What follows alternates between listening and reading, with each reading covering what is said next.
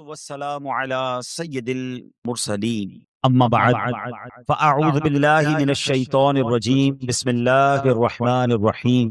پڑھیے الصلاۃ والسلام علیک یا رسول اللہ وعلی آلک واصحابک یا حبیب اللہ. الصلاۃ والسلام علیک یا نبی اللہ وعلی آلک واصحابک یا نور اللہ. درود پاک پڑھنے کے بے شمار فضائل و برکات ہیں. اللہ پاک کے آخری نبی رسول ہاشمی صلی اللہ تعالی علیہ وآلہ وسلم نے نماز کے بعد حمد و ثنا اور درود شریف پڑھنے والے سے فرمایا دعا مانگ قبول کی جائے گی، سوال کر دیا جائے گا. تو پتہ یہ چلا کہ جب بھی نماز سے فارغ ہوں تو اللہ پاک کی حمد و ثنا کر کے، جیسے ہم کہتے ہیں نا الحمدللہ رب العالمین والصلاۃ والسلام علی خاتم النبیین، یا کوئی بھی خطبے کے الفاظ جس میں اللہ کی حمد بھی ہو، اللہ کی ثنا بھی ہو، اور اس کے بعد درود پاک پڑھ لیں. یعنی یہ اگر آپ نے نماز کے بعد کام کر لیا اور اب دعا مانگیں تو کیسی قبول ہوتی ہے کہ نبی پاک نے کیا فرمایا کہ دعا مانگ قبول کی جائے گی، سوال کر دیا جائے گا. تو یہ خاص پھر قبولیت کا وقت ہو جاتا ہے. اور ویسے بھی جمعہ کا دن ہے، آج مبارک دن ہے، اور ہم کوشش کرتے ہیں کہ ہر جمعے کو یہ حدیث پاک ایک بار پھر سن لیا کریں کہ اللہ کے نبی علیہ الصلوۃ والسلام نے فرمایا، جس کا مضمون ہے کہ جو کوئی شخص جمعہ کے دن مجھ پر 200 بار درود پاک پڑھے اس کے 200 برس کے گناہ معاف کر دیے جاتے ہیں. تو خاص درود پاک پڑھنے کا دن ہے، تو کثرت کے ساتھ درود پاک پڑھتے رہا کریں. آئیے مل کر محبت کے ساتھ بآواز بلند درود پاک پڑھ لیں. صلو علی الحبیب صلی اللہ تعالی علی محمد صلی اللہ علیہ وسلم. دعائیں ہوتی ہیں مقبول اس وسیلے سے، خدا کی خاص عنایت درود پاک سے ہے. ازل کے دن سے میرے مصطفیٰ کے چرچے ہیں، تمام دہر پہ رحمت درود پاک سے ہے. اللہ درود پاک سے سچی محبت عطا فرمائے. جمعہ کا جو بیان ہوتا ہے اس میں الحمدللہ ہم قرآن کی باتیں، قرآن کریم فرقان حمید کی کچھ آیتیں، پھر اس کے بعد اس کا ترجمہ اور اس سے ملنے والے میسج کو سمجھنے کی کوشش کرتے ہیں. آج قرآن پاک کی جو آیت ہے، میں اگر یہ کہوں تو غلط نہ ہوگا کہ قرآن کی اگر مشہور ترین آیتوں میں سے ایک آیت ہے، ویری امپورٹنٹ اور بہت کمال کی آیت ہے. پارہ نمبر 2 ہے، سورہ بقرہ ہے، اور آیت نمبر ہے 154. اللہ کریم قرآن مجید میں ارشاد فرماتا ہے وَلَا تَقُولُوا لِمَن يُقْتَلُ فِي سَبِيلِ اللَّهِ أَمْوَاتٌ بَلْ أَحْيَاءٌ وَلَٰكِن لَّا تَشْعُرُونَ. بڑی کمال کی آیت. اس کا ترجمہ کیا ہے؟ آسان ترجمہ قرآن کنز العرفان. اور جو اللہ کی راہ میں مارے جائیں انہیں مردہ نہ کہو، بلکہ وہ زندہ ہیں لیکن تمہیں اس کا شعور نہیں. انشاءاللہ اس آیت کے بارے میں جانیں گے. کچھ ذکر کرتے ہیں کربلا والوں کا، اور پھر اسی آیت کے تحت اس میں کچھ بات بھی کریں گے. روایت میں ہے کہ جنگ صفین کا موقع تھا. مولا کائنات مولا علی شیر خدا کرم اللہ تعالی وجہ الکریم میدان کربلا سے گزرے. یاد رہے یہ کربلا سے بہت پہلے کا واقعہ ہے. امام حسین کی جب شہادت ہوئی تو مولا علی تو پہلے ہی شہید ہو چکے تھے. تو یہ بہت پہلے کا واقعہ. اسی مقام سے ایگزیکٹلی اس میدان سے جب حضرت علی گزرے تو آپ نے وہاں نماز فجر ادا کی اور اس کی مٹی کو اٹھا کر سونگھا، اور پھر درد بھرے لہجے میں کہا یہ وہ جگہ ہے جہاں ایک جماعت شہید کی جائے گی، وہ سب کے سب بغیر حساب کے جنت میں داخل ہوں گے. سبحان اللہ، کیا شان ہے شہدائے کربلا کی. اس روایت سے مولا علی شیر خدا کرم اللہ تعالی وجہ الکریم کو اللہ کی عطا سے جو علم غیب عطا کیا گیا تھا وہ بھی معلوم ہو رہا ہے. اور یہ واقعہ تو ابھی سالوں بعد ہونا ہے، لیکن مولا علی نے پہلے بتا دی. چاہیں تو اشاروں سے اپنے کایا ہی پلٹ دیں دنیا کی، یہ شان ہے خدمت گاروں کی، تو سرکار کا عالم کیا ہوگا. اچھا، یہاں یہ بھی پتہ چلا کہ اس میدان پہ کربلا والے امام حسین اور ان کے خاندان والے آئیں گے، شہید ہوں گے، اور سب کے سب بلا حساب جنت میں جائیں گے. یہ بھی ان کا مقام پتہ چل رہا ہے. اب آتے ہیں آیت کریمہ کی طرف. اب کربلا میں شریک ہونے والے خوش نصیب حسینیوں کے بڑے بڑے فضائل ہیں. ان میں بعض تو صحابہ تھے، اور ہمارا سچا پکا عقیدہ ہے کہ ہر صحابی جنتی ہے. پھر اس لشکر حسین میں صحابہ بھی تھے، تابعین بھی تھے. یعنی وہ خوش نصیب تھے کہ جنہوں نے صحابہ کرام علیہ رضوان کی صحبت پائی. یہ بھی بڑے اونچے رتبے والے تھے. پھر ان کا امام عالی مقام امام حسین کے ساتھ کربلا میں شریک ہونا، آپ پر اپنی جانیں قربان کرنا، یہ ایک اور عظیم فضیلت بنتی ہے. اللہ اکبر۔ اور پھر انہیں ایک اور بڑا مرتبہ کیا ملا کہ اللہ کریم نے انہیں شہادت عطا فرمائی۔ شہادت بہت بلند مرتبہ ہے، جیسا کہ ہم نے بھی قرآن پاک کی آیت میں سنا، وَلَا تَقُولُوا لِمَن يُقْتَلُ فِي سَبِيلِ اللَّهِ أَمْوَاتٌ بَلْ أَحْيَاءٌ وَلَٰكِن لَّا تَشْعُرُونَ۔ اور جو اللہ کی راہ میں مارے جائیں انہیں مردہ نہ کہو، بلکہ وہ زندہ ہیں لیکن تمہیں اس کا شعور نہیں۔ اب ذرا غور کیجئے، شہیدوں کی شان کیسی نرالی ہے۔ آدمی راہ خدا میں جہاد کرتے ہوئے، لڑتے ہوئے مارا گیا، وفات ہو گئی، سر کٹ گیا، روح بدن سے نکل گئی، اسے کفن پہنایا، اس کی نماز جنازہ پڑھی، قبر میں اتارا، ظاہری آنکھیں دیکھ رہی ہیں کہ جناب آدمی کا انتقال ہو گیا ہے، مگر قرآن کیا کہہ رہا ہے؟ فرمایا خبردار یہ شہید ہیں، انہیں ہرگز مردہ نہ کہو بلکہ یہ زندہ ہیں، تمہیں شعور نہیں ہے نا عجیب بات؟ بھائی آنکھیں کہ دیکھ رہی ہیں کہ انتقال ہو گیا ہے، کفن پہنایا، جنازہ ہوا، قبر میں اتار دیا۔ بلکہ ایک اور قرآن کی آیت میں کیا ارشاد ہوتا ہے، وَلَا تَحْسَبَنَّ الَّذِينَ قُتِلُوا فِي سَبِيلِ اللَّهِ أَمْوَاتًا۔ قرآن کہتا ہے جو اللہ کی راہ میں شہید کیے گئے ہرگز انہیں مردہ خیال نہ کرنا۔ اللہ اکبر، یعنی کہنا تو دور کی بات ہے، اپنے دل میں بھی شہید کو مردہ بھی سوچنا بھی نہیں ہے۔ دو آیتیں یاد رکھیے کہ ایک جگہ کہا کہ انہیں مردہ نہ کہو، یہ زندہ ہیں، تمہیں شعور نہیں ہے۔ دوسری جگہ فرمایا ان کے بارے میں مرنے یعنی موت کا، یعنی یہ مردہ ہو گئے، اس بات کا خیال بھی دل میں نہیں لانا ہے۔ اللہ اکبر، کیوں؟ کیونکہ یہ دنیا سے چلا گیا ہے، اللہ پاک کے ہاں اب بھی زندہ ہے، اسے رزق دیا جاتا ہے۔ اب ذرا آگے چلتے ہیں۔ ڈاکٹر اقبال نے ایک سمجھ لے کہ بہت پیاری تشریح زندگی کی ہے۔ وہ لکھتے ہیں، برتر از اندیشہ سود و ضیاء ہے زندگی، ہے کبھی جاں کبھی تسلیم جاں ہے زندگی۔ مطلب کیا ہے کہ یعنی زندگی نفع و نقصان سے بڑھ کر کوئی چیز ہے، سانسیں لیتے رہنا بھی زندگی ہے، اور اللہ پاک کے نام پر سر قربان کر دینا بھی زندگی ہے۔ موت کو سمجھے ہیں غافل اختتام زندگی، موت کو سمجھے ہیں غافل اختتام زندگی، ہے یہ شام زندگی صبح دوام زندگی۔ یعنی یہ غافل لوگ سمجھیں کہ بھئی موت ہو گئی تو زندگی ختم ہو جائے گی، نہیں، بلکہ موت زندگی کا اختتام نہیں ہے۔ ہاں، موت ایک موڑ ہے جہاں سے بندہ فانی زندگی سے نکل کر دائمی اور حقیقی زندگی کا آغاز کرتا ہے، اور یہی ہمارا عقیدہ ہے۔ ہم اس دنیا میں ایک فانی زندگی گزارنے آئے ہیں، اصل تو جو دائمی ہماری زندگی ہے، ہمیشہ رہنے والی زندگی ہے، جو لمبا عرصہ رہنا ہے، وہ تو آخرت کا ہے۔ یہاں تھوڑا ٹائم آئے ہیں۔ پرابلم پتہ ہی کیا ہے کہ ہم اس تھوڑے ٹائم کی فکر زیادہ کر رہے ہیں، اور جو بڑا ٹائم ہے اس کی فکر چھوڑ دی ہے۔ مثال کے طور پہ آپ دیکھیں نا کہ کچھ لوگوں سے پوچھا جائے کہ یار میں نے ایک جگہ، اب مثال کے طور پہ آپ جاتے ہیں کہیں ٹریول پہ جاتے ہیں 1 مہینے کے لیے، 15 دن کے لیے، تو آپ 15 دن 1 مہینے کے لیے جا کر وہاں گھر تو نہیں خریدتے نا، آپ کرائے کا گھر لے لیں گے، آپ ہوٹل میں رہ لیں گے، ٹھیک ہے نا، 1-2 بیگ ساتھ لے جائیں گے، پورا گھر اٹھا کے تو نہیں لے جائیں گے، کیوں؟ آپ کہیں گے واپس تو یہیں آنا ہے نا۔ اصل تو میرا گھر یہ ہے، میں تو ٹریولر کی حیثیت سے بندہ کرائے کے گھر میں زیادہ خرچ نہیں کرتا، کہتا ہے گھر کرائے کا ہے، اتنا سارا اس کے اوپر لگا دوں گا، میرا تھوڑی ہے، میرے تو چھوڑ کے چلے جانا ہے، کچھ عرصے کے لیے آیا ہوں۔ کراچی میں بھی کچھ لوگ ایسے ہوتے ہیں جو دیگر شہروں سے جاب کرنے آتے ہیں، کاروبار کرنے آتے ہیں، مگر اصل ان کا دھیان کیا ہوتا ہے کہ میری فیملی گاؤں میں ہے یا فلاں علاقے میں ہے، میں نے وہاں جانا ہے، میں نے گھر بھی بنانا ہے تو وہاں بنانا ہے، کیونکہ میرا مستقل ٹھکانہ یہ نہیں ہے۔ دنیا میں یہ ساری لاجک سمجھ آتی ہیں، مگر یہ کیوں نہیں سمجھ آتا کہ ایکچولی یہ پوری دنیا ہی میرا ٹھکانہ نہیں ہے، میں یہاں مسافر کی حیثیت سے ہوں، کوئی 50 سال کے لیے آیا ہے، کوئی 60 سال کے لیے آیا ہے، کوئی 70 سال کے بعد چلا جائے گا، ماں باپ کی دعا لگ گئی تو 80-100 سال اس کے بعد تو چلا ہی جائے گا نا۔ وہاں 25-50-100 سال کی کہانی نہیں ہے۔ ذرا سمجھیے، حضرت آدم سے لے کر آج تک لوگ قبروں میں جا رہے ہیں، کہاں ہیں وہ؟ بتائیے نا، کہاں ہیں؟ قبروں میں ہے نا، ہزاروں سال ہو گئے، ہزاروں سال سے قبر میں ہے کوئی بندہ، تو بتاؤ دنیا میں تو 60-70 سال رہا، قبر میں ہزاروں سال سے ہے، تو اس کا مطلب بڑا ٹھکانہ تو قبر تھا۔ گھر کی فکر زیادہ ہونی چاہیے تھی، قبر کی زیادہ ہونی چاہیے تھی۔ میں اور آپ مریں گے، وی ڈونٹ نو کہ کب تک قیامت آئے گی، بھائی پتہ نہیں، 500 سال، 1000 سال، 2000 سال، میں نے قبر میں رہنا ہے۔ اور قبر ایک باکس کا نام نہیں ہے۔ یہ غیر مسلموں کا عقیدہ ضرور ہوتا ہوگا کہ جناب بندہ قبر میں جائے اور اس کے بعد اس کا فنش سب ختم، نہیں، ہمارا ایمان ہے کہ قبر میں حساب سوال بھی ہوں گے، قبر میں جناب عذاب اور جزا ہوگی۔ نبی پاک علیہ الصلوۃ والسلام نے واضح طور پر فرمایا، میرا ایمان، میں نے کلمہ پڑھا ہے اپنے نبی علیہ السلام کا، ان کا فرمان میرے لیے آخری دلیل۔ میرے آقا فرماتے ہیں جس کا مضمون ہے قبر 2 طرح کی ہوتی ہے۔ قبرستان جاتے ہیں نا، قبرستان میں اوپر سے قبریں ایک جیسی دکھتی ہیں. ہاں وہ ایک جملہ ہے نا محاورہ، قبر کا حال مردہ جانتا. بالکل ٹھیک ہے.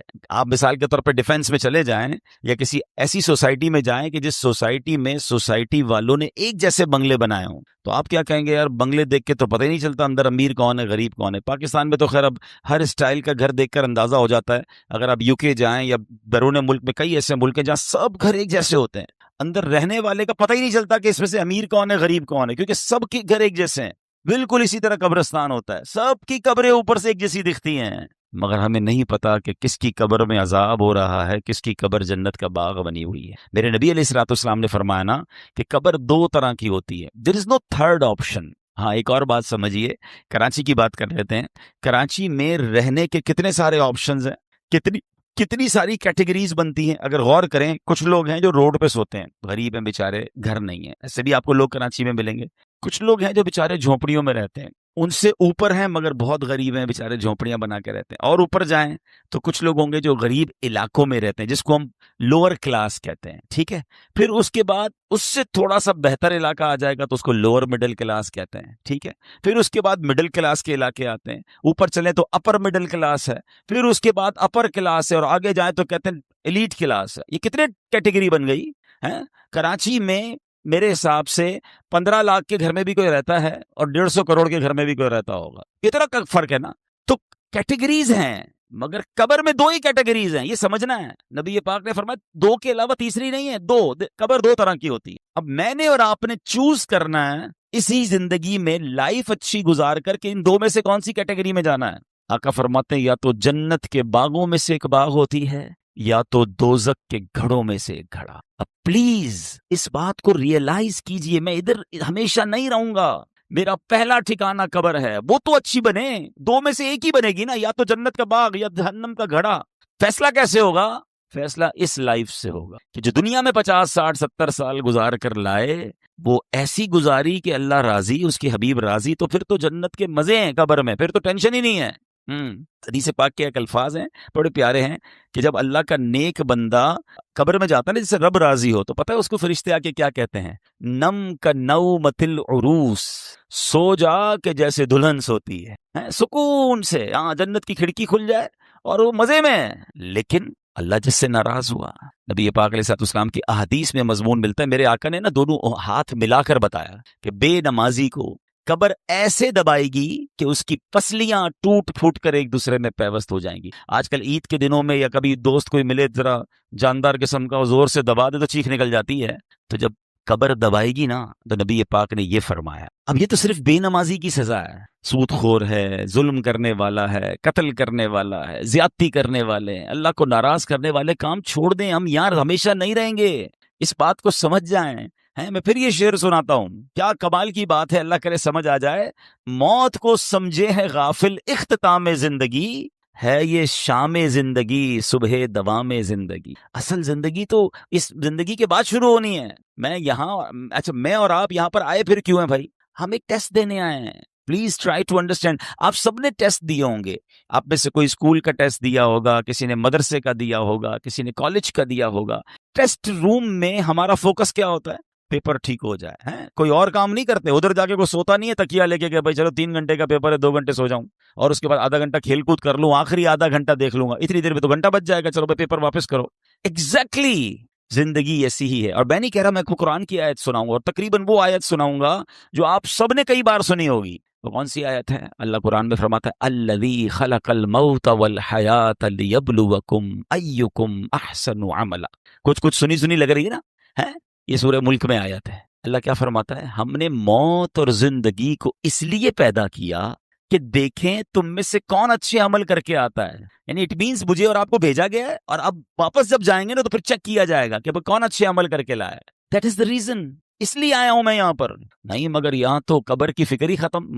موت کی تو بات ہی کوئی نہیں کرتا نا. مرنے کی بات نہ کرو بھائی، کوئی اور بات کرو. پلاننگ بتاؤ اگلے 5 سال بعد کیا کرنا ہے، 10 سال بعد کیا کرنا ہے، اگلا فیوچر کیا ہوگا، دنیا میں کیا دیکھنا ہے. اچھا میرے اللہ نے دنیا بھی بڑی اچھی بنائی ہے. ہمیں دنیا میں انجوائے کرنے سے منع نہیں کیا، ہمیں کھانے پینے گھومنے پھرنے فیملی کو ٹائم دینے سے منع نہیں کیا، مگر اس میں کنڈیشن ایک ہی رکھی گئی ہے، یہ سب کام کرنے ہیں حرام کام سے بچ کر. بچوں کو کھلائیں، اس کا ثواب ہے. فیملی پہ خرچ کریں اس کا ثواب ہے، بچوں کو خوش کریں اس کا ثواب ہے، اپنے دوستوں کو کھانا کھلائیں اس کا بھی ثواب رکھا گیا، مگر نیت کیا ہے؟ تفاخر کی، غرور کی، پراؤڈ کی، لوگوں پر روب جمانے کی، نیت اللہ کی رضا۔ پھر اس کے بعد حرام کام اس میں ایڈ کر دیتے ہیں ہم، بچوں کو کھلاتے کھلاتے بچوں کو حرام جگہ پہ لے جاتے ہیں، بچوں کو خوش کرتے کرتے ان کو سنیما لے جاتے ہیں۔ خوش کریں نا، کس نے بنا کیا ہے، لیکن حرام چیزوں سے بچیں۔ تو ایسی بہت ساری ڈیٹیل ہے، لیکن میں نے بس چلے، میرا موضوع چونکہ آج شہید ہے، لیکن بات چلی تو میں اس طرف لے گیا کہ مجھے اور آپ کو بھی جس طرح دنیا میں اپنے گھر کی فکر ہے، جس طرح دنیا میں رہنے کے کل کیا ہوگا، سال بعد کیا ہوگا، 5 سال بعد کیا ہوگا، سوچتے رہتے ہیں، تو یار یہ تو سوچو قبر میں کیا ہوگا، وہاں سوالات کے جوابات دے سکوں گا کہ نہیں، میری قبر جنت کا باغ بنے گی کہ نہیں۔ اچھا قبر پہ ہی معاملہ ختم تھوڑی ہے، قبر کے بعد تو پھر محشر کا دن ہے اور پھر آگے جنت اور دوزخ کا فیصلہ ہے۔ لیکن بڑی خوبصورت بات علماء فرماتے ہیں، قبر پہلی منزل ہے، جو ادھر کامیاب ہو گیا نا وہ آگے بھی کامیاب، یعنی پہلا ٹیسٹ پاس ہو گیا ہے تو آگے بھی خیر ہے، ادھر ہی پھنس گیا۔ حضرت عثمان غنی رضی اللہ تعالیٰ عنہ کتنی عظیم ہستی ہیں، آپ عشرہ مبشرہ میں سے ہیں، ذوالنورین ہیں، قطعی جنتی ہیں، نبی پاک سے کئی بار جنت کی بشارت سنی ہے، مگر جب قبرستان جاتے تھے نا تو زارو کتار روتے تھے، داڑھی آنسوؤں سے تر ہو جاتی تھی۔ تو کسی نے کہا آپ کے سامنے محشر کا ذکر ہوتا ہے آپ نہیں روتے، جہنم کا ذکر ہوتا ہے اتنا نہیں روتے، لیکن آپ جب قبرستان جاتے ہیں تو بہت روتے ہیں۔ تو کمال کی بات فرماتے قبر ہی پہلی منزل ہے، جو ادھر کامیاب ہو گیا وہ آگے بھی کامیاب ہو۔ تو please try to prepare beautiful grave for you, اپنی بہترین قبر بنانے کی کوشش کرنی ہے۔ وہ پیسوں سے نہیں ہوگی کہ میں کہوں بھائی میرے مرنے کے بعد ماربل والی قبر بنا دینا، آپ ماربل نہیں سونے کی قبر بنا لیں، اگر اللہ ناراض ہے تو اندر عذاب ہو رہا ہو، باہر کا قبر کا کوئی کمال نہیں ہے، اندر کی کہانی اور ہے۔ اللہ کرے یہ بات مجھے بھی سمجھ آ جائے، یہ بات آپ کو بھی سمجھ آ جائے۔ اب امام حسین رضی اللہ تعالیٰ عنہ کی بات چل رہی ہے، شہیدوں کی بات چل رہی ہے۔ حضرت زید بن ارقم رضی اللہ تعالیٰ عنہ، شہید زندہ ہوتا ہے نا، اب ذرا سنیے گا واقعہ، میں امام حسین کا واقعہ سنانے لگا ہوں۔ صحابی رسول حضرت زید بن ارقم کہتے ہیں جب یزیدی لشکر نے ظلم پہ ظلم ڈھایا کہ امام علی مقام کے سر انور کو معاذ اللہ جب نیزے پر اٹھا لیا گیا، شہید کر کے سر مبارک کو معاذ اللہ کٹ کر کے اب نیزے پر اٹھا کر اسے گلی گلی لیے پھرتے تھے، اللہ اکبر، وہ سمجھتے تھے کہ ہم ان کو معاذ اللہ ان کی عزت ختم کر رہے ہیں، بلکہ یہ نیزے پر سر مبارک کو لے کر گھومنا بھی ان کی عزتوں کو بڑھا رہا تھا۔ کیا خوبصورت بات شاعر لکھتے ہیں نا، سر شہیدان محبت کے ہیں نیزوں پر بلند، اور اونچی کی خدا نے قدر و شان اہل بیت۔ تو وہ کہتے ہیں کہ جب میں نے دیکھا کہ امام حسین کے سر کو لے جایا جا رہا ہے تو میں اپنے مکان کے اوپر والے حصے میں تھا، بالا خانے میں تھا، تو بدبخت یزیدی جب نبی حضرت امام حسین کے سر انور کو لے کر جا رہے تھے نا، تو میں نے امام حسین کے منہ مبارک سے یعنی سر سے تلاوت کی آواز سنی، اور آپ یہ آیت پڑھ رہے تھے سورہ کہف کی، ام حسبت ان اصحاب الکہف والرقیم کانوا من آیاتنا عجبا، کیا تمہیں معلوم ہوا کہ پہاڑی، غار اور جنگل کے کنارے والے وہ ہماری نشانیوں میں سے ایک عجیب نشانی تھے۔ اللہ اکبر، عبادت ہو تو ایسی ہو، تلاوت ہو تو ایسی ہو، سرے شبیر تو نیزے پہ بھی قرآن سناتا ہے۔ یہاں امام حسین کے چاہنے والوں کو ایک میسج بھی ہے کہ میرے امام تو تلوار پر نیزے پر بھی قرآن پڑھتے تھے، اور آج پنجتن کے غلام کہلانے والوں کو کیا قرآن پڑھنا آتا ہے؟ اور پھر آتا ہے تو پڑھتے کتنا ہے؟ ایسا نہ کریں۔ حسینی طریقہ یہ ہے کہ ہم روز جو ہے قرآن پاک کی تلاوت کریں۔ عرب کے کسی عقل مند نے بڑی پیاری بات کہی، لکھتا ہے ان الناس یعیشون و یموتون لیکن الشہداء یعیشون و یعیشون، کہتے ہیں انسان جیتے رہتے ہیں پھر مر جاتے ہیں، مگر شہید جیتے ہیں پھر شہید ہو کر ہمیشہ کی زندگی کو پا لیتے ہیں۔ شہیدوں کا مرتبہ تو بڑے کمال کے ہیں، اللہ اکبر۔ علماء کہتے ہیں کہ شہید کیوں کہا جاتا ہے، لفظ شہید کیوں کہا جاتا ہے، تو کہا کیونکہ شہید زندہ ہوتا ہے اور اس کی روح ہمیشہ حاضر رہتے، کیونکہ شہید کے جو لفظی معنی ہے نا وہ ہے حاضر کے، ٹھیک ہے، حاضر، موجود، گواہ، یہ شہید کے ایگزیکٹلی معنی ہے۔ تو جو اللہ کی راہ میں شہید ہوتے ہیں ان کو شہید کیوں کہتے ہیں؟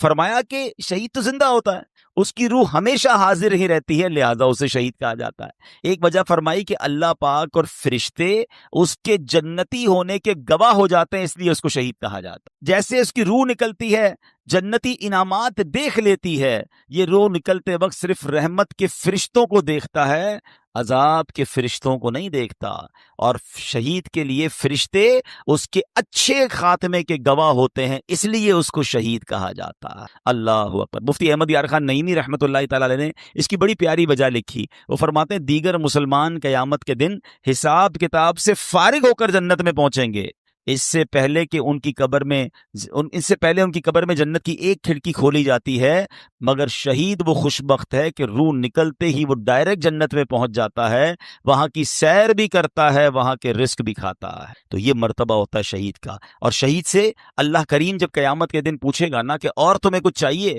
تو کہیں گے یا اللہ تو نے جنت کی سیر کی اجازت دی ہے، ہم جنت کا نعمتیں کھاتے ہیں، اور کیا چاہیے گا، اور کچھ چاہیے؟ جب 3 بار سوال ہوگا، اللہ اکبر، تو پھر شہید کہے گا کہ یا اللہ مجھے واپس بھیج دے، میں پھر تیری راہ میں شہید ہونا چاہتا۔ شہادت کا مرتبہ اور اس کا لطف اور اس کا مزہ یہ ہے کہ بندہ پھر شہید ہونا چاہتا ہے۔ تو یہ ہے شہیدوں کا مرتبہ اور کمال۔ اے میرے پیارے اسلامی بھائیوں، اب نبی پاک علیہ الصلوۃ والسلام ایک بار ممبر پر خطبہ ارشاد فرما رہے تھے۔ ایک صحابی حاضر ہوئے، یا رسول اللہ صلی اللہ علیہ وسلم، اگر میں ثواب کی امید پر راہ خدا میں لڑوں، بہادری بھی دکھاؤں، پیٹھ پھیر کر نہ بھاگوں، آخر شہید ہو جاؤں، تو کیا میرے سارے گناہ بخش دیے جائیں گے؟ فرمایا ہاں، تمہارے سارے گناہ بخش دیے جائیں گے، مگر قرض کی معافی نہیں ہوگی۔ ابھی تک تو ہم شہید کا مرتبہ سن رہے ہیں نا، مگر اب ذرا یہ بات غور سے سنیے۔ نبی پاک ایک حدیث میں میرا آقا نے فرمایا اول ما یحراق من دم الشہید یغفر له ذنبه كله الا الدین۔ آقا فرماتے ہیں شہید کے خون کا پہلا قطرہ گرتے ہی اس کے سب گناہ بخش دیے جائیں گے، ہاں قرض معاف نہیں ہوتا۔ نبی پاک علیہ الصلوۃ والسلام کا یہ معمول تھا کہ جب جنازہ آتا نا تو آپ پوچھتے تھے کہ اس پر کوئی قرض تو نہیں ہے، اور جب قرض ہوتا تو آقا فرماتے میں جنازہ نہیں پڑھاؤں، یا فرماتے کہ کوئی قرض کا ضامن بن جائے پھر میں جنازہ پڑھاؤں گا۔ حالانکہ جس کے اوپر قرض ہو، اس کا انتقال ہو، اس کا جنازہ پڑھنا جائز ہے، مگر نبی پاک علیہ الصلوۃ والسلام اس کی اہمیت بیان کرنے کے لیے فرمایا کرتے تھے۔ تو نبی پاک نے ایک بار فرمایا، ایک جنازہ لایا گیا نا، حضرت انس بیان کرتے ہیں کہ نبی پاک علیہ الصلوۃ والسلام کی بارگاہ میں ایک جنازہ لایا گیا، پیارے آقا نے پوچھا کہ اس پر کوئی قرض ہے؟ لوگوں نے عرض کی جی ہاں یا رسول اللہ، اس پر قرض ہے۔ ارشاد فرمایا ایسے آدمی پر میرا جنازہ پڑھنا کیا فائدہ دے گا جس کی روح قرض کے بدلے اس کی قبر میں گروی رکھی ہوئی ہو اور آسمان کی طرف بلند نہ ہو۔ اگر تم میں سے کوئی اس کے قرض کا ضامن بنتا ہے تو میں اس کی نماز جنازہ پڑھا لیتا ہوں، کیونکہ میرا اس کی نماز جنازہ پڑھنا اسے نفع دے گا۔ یعنی قبر میں روح گروی رکھ دی جاتی ہے، آسمان کی طرف بلند نہیں ہوتی ہے اگر کوئی مقروض ہو کر مرتا ہے۔ اے میرے پیارے اسلامی بھائیوں، آج کتنا یہ چیز وبا عام ہو گئی ہے، لوگ لاکھوں روپے دبا لیتے ہیں۔ کاروباری لوگ مجھے سن رہے ہیں، بعد میں یہ بیان سنا جائے گا، کبھی بھی قرض نہ لیں، قرض کی کوشش کریں کہ آپ پر قرض ہی نہ آئے، لیکن اگر قرض لیں تو پھر اسے وقت پر ادا کریں۔ ہاں آج کل تو معاملہ ہی الگ ہے نا، قرض لیتے وقت بندہ اور ہوتا ہے اور لینے کے بعد انداز ہی بدل جاتا ہے۔ بندہ کہتا ہے یہ وہی آدمی تھا جس کو پیسے دیے، بڑی منتیں کر کے، بڑی ریکویسٹ کر کے پیسے لیے تھے، اب پیسے لینے کے بعد نہ فون اٹھا رہا ہے، نہ جواب دے رہا ہے، بیچارہ جس کے پیسے وہ دھکے کھا رہا ہے۔ یہ نہ کیا کریں۔ روایتوں میں آتا ہے اگر کسی نے کسی کی رقم دینی ہے اور پیسے ہوتے ہوئے نہیں دے رہا ہے، ایک تو نا کہ ختم ہو گیا، اس کی الگ ایک پوری تفصیل ہے، لیکن اگر اس کے پاس ایسا کچھ ہے کہ اپنا سامان بیچ کر، اپنی تمام چیزیں بیچ کر قرض ادا کر سکتا ہے تو اس کو کرنا پڑے گا،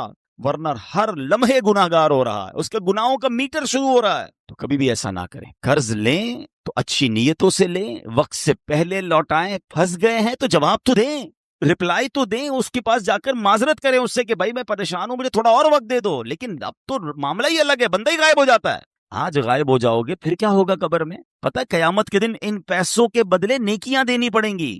وہاں پیسے نہیں ہوں گے کہ بھائی یا اللہ میں نے اس کے 2 لاکھ لیے تھے، محشر کے دن میں 2 لاکھ دے رہا ہوں، نہیں، وہاں چیک بک نہیں ہوگی۔ وہاں کیا ہوگا؟ روایتوں میں آتا ہے کہ جو اعلیٰ حضرت امام اہل سنت لکھتے ہیں کہ جو کسی کے 3 پیسے جان بوجھ کر دبا لے، 3 پیسوں کی ویلیو کیا ہے؟ آج کل تو لوگ پتہ نہیں کتنا زمینوں پہ قبضہ کر رہے ہیں، پیسے دبا رہے ہیں۔ فرمایا اسے قیامت کے دن 700 مقبول با جماعت نمازیں دینی پڑ جائیں۔ ایک طرف 3 پیسے ہوں گے، اس کے بدلے دینا کیا پڑے گا؟ 700، وہ بھی مقبول با جماعت نمازیں ہیں۔ جس نے کروڑوں کھائے ہیں، جس نے زمینوں پہ قبضہ کیا ہے، جو لوگوں کا پیسہ نہیں لوٹا رہا ہے، وہ کیا جواب دے گا قیامت؟ نبی پاک نے جنازہ پڑھانے سے منع فرما دیا۔ اے میرے پیارے اسلام بھائی، نبی پاک نے ارشاد فرمایا جن گناہوں سے اللہ پاک نے منع کیا ہے ان میں سے رب کریم کے نزدیک سب سے بڑا جرم یہ ہے کہ انسان قرض لے کر مرے جس کی ادائیگی کے لیے مال نہ چھوڑے، تو یہ نہ کیا کرے۔ ہاں، اب ایک اور پرابلم، پیسے لیے کاروبار میں تو چلتا رہتا ہے بھائی، کسی کا کریڈٹ ہے، کسی کا ڈیٹ ہے، میں نے کسی کو پیسے دینے ہیں، کسی سے لینے ہیں، لیکن اس کو اچھی طریقے سے لکھت پڑھت کریں، وقت پر پیسے دیا کریں، اور اگر آپ کو لگتا ہے کہ ابھی جس کو دینے وہ نہیں مل رہا یا آگے پیچھے ہو گیا تو اس کو وصیت کر کے جائیں، اپنے بچوں کو بتا کر جائیں۔ کسی کا انتقال ہوتا ہے، اگلے لوگ پریشان ہو جاتے ہیں کہ یار اس نے کسی کو گھر میں بتایا نہیں میرے پیسے ہیں۔ یعنی کتنی عجیب بات ہے کہ میں نے کسی کو رقم دینی ہے یا اس کی کوئی امانت میرے پاس ہے، میرے سوا کسی کو پتہ ہی نہیں ہے۔ یہ بہت بڑی بے وقوفی اور جہالت ہے جو عذاب قبر میں گرفتار کر سکتی ہے۔ بھائی اگر آپ کو کسی نے امانت دی ہے، کوئی رقم دی ہے، تو آپ لکھیں، اس کو اپنے بچوں کو بتائیں، اس کو بھی بتا دیں کہ بھائی مجھے کچھ ہو گیا تو یہ میرا بیٹا ہے، یہ میری فیملی ہے، تمہیں یہاں سے مل جائیں گے، تاکہ اس کو بھی تسلی ہو۔ آج کل تو اچھا یہ بھی ہمارے لوگ بھی بڑے بھولے بھالے ہیں، کروڑوں روپے کا کاروبار کریں گے، گھر میں کسی کو نہیں جانتے، صرف اسی کو جانتے ہیں، نہ اس کے بیٹے کا پتہ، نہ گھر کا پتہ، بعضوں کا تو گھر کدھر ہے یہ بھی نہیں پتا۔ تو اگر جینے کی تمنا ہے تو کچھ پہچان پیدا کر ہے، تبھی تو شریعت کہتی ہے کہ لکھت پڑھت کر لیں، کوئی کانٹریکٹ کر لیں، دو گواہ ہونے چاہیے، کل کچھ ہو گیا تو آپ کے پاس کوئی چیز تو ہو۔ یہاں ہماری بھی غلطی ہوتی ہے، لیکن بالخصوص ان لوگوں کو سوچنا چاہیے کہ جن پر لوگوں کا آتا ہے اور انہوں نے دینے کا انتظام پراپر نہیں کیا، کیونکہ ہم تو چلے جائیں گے۔ ابھی میں نے بہت تفصیل سے بتایا کہ قبر کتنی بڑی ہماری منزل ہے۔ قبر میں اگر ہم عذاب سے بچنا چاہتے ہیں تو اپنے اوپر قرض چھوڑ کر نہ جائیں، اور اگر قرض چھوڑ کر جائیں تو اس کی وصیت ہو، اس کا انتظام ہو، اس کی سب سے پہلے دیکھیں نا، میت کے انتقال کے بعد شریعت کا حکم کیا ہے کہ اس کا مال ورثاء میں بعد میں تقسیم ہوگا، پہلے اس کا قرض ادا کیا جائے گا۔ لیکن میں نے اگر قرض بتایا ہی نہیں کسی کو، گھر والوں کو، اور بعد میں گھر والوں کی تربیت بھی نہیں کی، بھائی ابو مر گئے، بھائی اب ابو سے بات کریں، ہم نے نہیں دینا، بیٹے بھی ایسے کہہ دیتے ہیں۔ ان بیٹوں کو بھی چاہیے، ان اولاد کو بھی چاہیے کہ اپنے باپ پر، مرحوم پر بوجھ نہ رکھیں قرض کا۔ کہ آپ نے حدیث پاک سن لی ہے کہ نبی پاک نے جنازہ پڑھانے سے انکار فرمایا، اس سے بڑی تنبیہ کیا ہو سکتی ہے؟ اللہ کرے کہ یہ بات ہمیں سمجھ آ جائے۔ ہم شہیدوں کے حوالے سے بات کر رہے تھے، اب یہاں پر ہم دیکھیں نا، آج کے دور میں تو جہاد کرنا، دشمن فوج سے لڑنا اسلامی ریاست میں پہلے فوج کا کام ہے۔ اللہ پاک ہمارے ان فوجی جوانوں کو سلامت رکھے جو ہماری سرحدوں کی حفاظت کرتے ہیں اور اللہ کی راہ میں شہید ہوتے ہیں، لیکن ہم کیسے شہید کا رتبہ پائیں؟ ہم تو سویلین ہیں۔ سبحان اللہ، ہمارا اسلام کتنا کمپلیٹ ہے۔ اب سنیے نبی پاک علیہ الصلوۃ والسلام نے کیا خوبصورت فرمایا، من سأل اللہ الشہادۃ مخلصا اعطاہ اللہ اجر شہید وان مات علی فراشہ۔ میرے آقا فرماتے ہیں، مسند امام احمد کی حدیث، کہ جو سچے دل سے شہادت کی دعا کرے وہ اگرچہ بستر پر ہی مر جائے، اللہ پاک اسے شہیدوں والا ثواب عطا فرمائے۔ ہم دعا تو کر سکتے ہیں نا کہ اللہ مجھے شہادت والی موت عطا فرما۔ اچھا، حضرت عمر فاروق رضی اللہ تعالیٰ عنہ کمال دیکھیں، آپ کی دعا کیا تھی؟ اللہم ارزقنا شہادتا فی سبیلک واجعل موتی فی بلد رسولک۔ اے اللہ مجھے شہادت والی تیری راہ میں موت بھی دے اور تیرے حبیب علیہ الصلوۃ والسلام کے شہر مدینے میں موت دے۔ اچھا، اس زمانے میں صحابہ کرام حیران ہوتے تھے کہ حضرت عمر کیسی دعا کر رہے ہیں، مدینہ کیپٹل ہے، اس پر تو حملہ نہیں ہونا، ادھر تو فوج بھی ہے، چیزیں ہیں، یہاں کیسے شہادت ملے گی ان کو؟ یہ دعا کرتے رہتے تھے۔ اللہ نے کیسی دعا قبول کی کہ عین مدینہ پاک میں مسجد نبوی کے اندر مصلی رسول پر امام حضرت عمر فاروق نماز فجر پڑھا رہے ہیں۔ آپ جگہ تو دیکھیں، مسجد نبوی، نبی پاک کا مصلی اور فجر کی نماز کی امامت کر رہے ہیں، اور اس نماز کے اوپر آپ پر، نماز کے دوران آپ پر حملہ ہوتا ہے اور اللہ کریم آپ کو شہادت کا مرتبہ عطا فرمائے۔ تمنا تھی نا، ہم تو یہ تمنا بھی نہیں کر رہے ہوتے۔ تو شہید، اگر شہادت کا رتبہ، ہم دعا کریں اللہ سے، اللہ پاک کریم ہے، ہمیں موقع مل سکتا ہے۔ اسی طرح بہت خوبصورت ایک حدیث ہے، حضرت عبداللہ ابن عمر سے روایت ہے کہ رسول ذیشان مکی مدنی سلطان صلی اللہ علیہ وسلم نے فرمایا، جو چاشت کی نماز پڑھے، ہر مہینے 3 روزے رکھا کرے، سفر ہو یا حضر، یعنی سفر میں ہو یا گھر پہ ہو، کسی حال میں بھی نماز وتر نہ چھوڑے، اس کے لیے شہید والا ثواب لکھ دیا جاتا۔ تو یہ 3 کام غور کر سن لیں کہ چاشت کی نماز، اچھا اشراق اور چاشت بہت پیاری نمازیں ہیں، بڑے اس کے فضائل ہیں، اور یہ ہم کب پڑھ سکتے ہیں؟ جب فجر کا وقت ختم ہوتا ہے نا، آپ ٹائم ٹیبل پہ دیکھ سکتے ہیں، اس کے 20 منٹ گزرنے کے بعد آپ